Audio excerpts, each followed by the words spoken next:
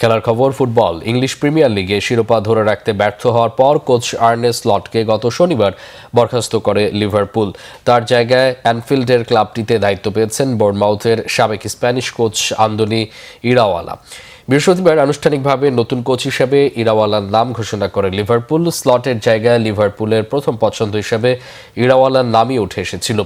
৪৩ বছরের এই স্প্যানিয়ার্ডের চুক্তির মেয়াদ কত দিনের সে বিষয়ে লিভারপুল আনুষ্ঠানিকভাবে কিছুই জানায়নি। তবে ব্রিটিশ সংবাদ মাধ্যমগুলোর দাবি 2 বছরের চুক্তিতে অ্যানফিল্ডের ক্লাবটিতে যোগ দিয়েছেন ইরাওয়ালা। মৌসুম শেষে বোর্নমাউথ কোচের পদ ছেড়ে দায়িত্ব নিলেন লিভারপুলের। অ্যানফিল্ডের ক্লাবটির ওয়েবসাইটে ইরাওয়ালা বলেছেন, লিভারপুল কেমন ক্লাব তা সবাই জানে। বিশ্বের অন্যতম বৃহৎ ও ঐতিহ্যবাহী ক্লাবটির সঙ্গে জড়িয়ে যাওয়ার পর দারুণ রোমাঞ্চিত এই স্প্যানিয়ার্ড। এবারের মৌসুমে বোর্নমাউথকে প্রিমিয়ার লিগে 6ষ্ঠ স্থানে তুলে ব্যাপক প্রশংসা কুড়িয়েছেন ইরাওয়ালা। ক্লাবটিও ইতিহাসে প্রথমবারের মতো ইউরোপিয়ান প্রতিযোগিতা ইউরোপা লিগে খেলার যোগ্যতা অর্জন করেছে।